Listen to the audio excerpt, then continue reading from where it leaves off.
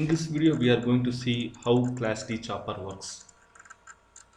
Before going further, just start with the introduction about the chopper. Chopper is nothing but the DC equivalent of a transformer, AC transformer. We know what transformer does in the circuit. It will step up the voltage or step down the voltage in AC circuits. The chopper will do the same thing in DC circuits. That is, it will step up the DC voltage level or step down. Depends upon the configuration, circuit configuration inside the chopper. So various types are there from class A to E. In this video, we are going to see the class D type chopper, how it works. Yeah, this is the circuit diagram of class D chopper. Whenever you think about the class D chopper, remember about the alphabet letter H. If you ignore the VS here, you can see that alphabet letter H, two vertical lines and one horizontal line.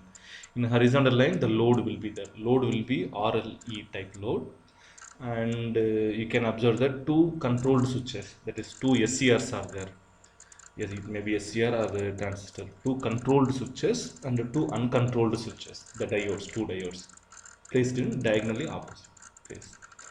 And in the right hand side corner, we can see the quadrant diagram. That means by seeing this diagram, you can remember how the class D chopper works. To understand the class D chopper, we have to split the operation into two modes, mode 1 and mode 2. In mode 1, the SCRs are turned on. In mode 2, SCRs are turned off. When the SCRs are turned on, that means here is saying see quadrant 1. It is rectifier operation, right? Rectifying operation mentioned. Quadrant 1. That means both current and voltage are in positive direction. That is from voltage is getting from supply VS to the load. It is coming from VS to load.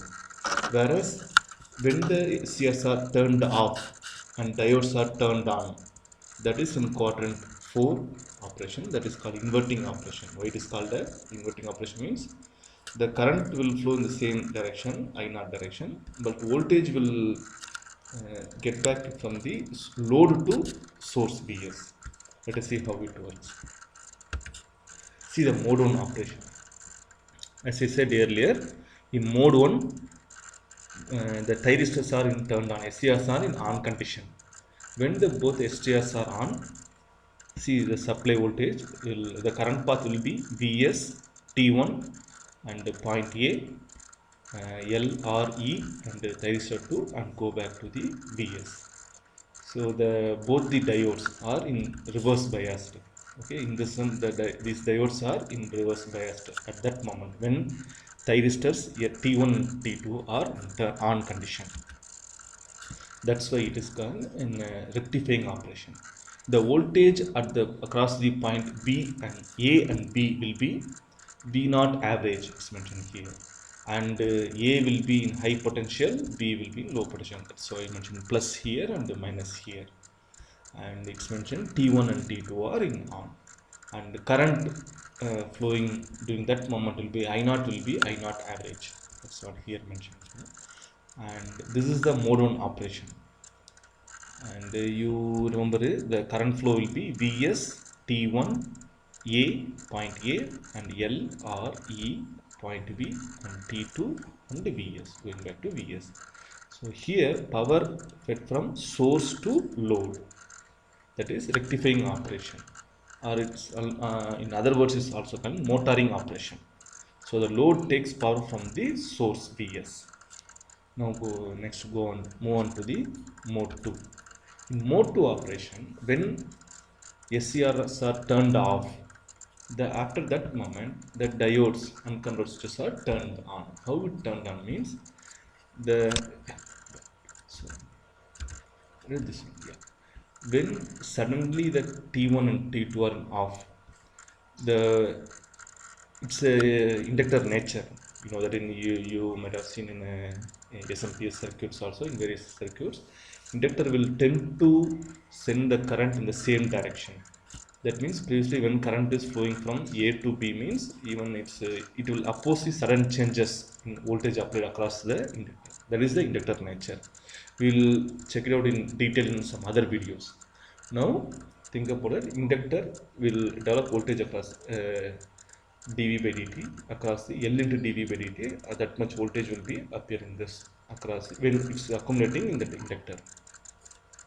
So when T1 and T2 suddenly turned off, and the inductor as its nature, it's try to push this current in the same direction from A to B.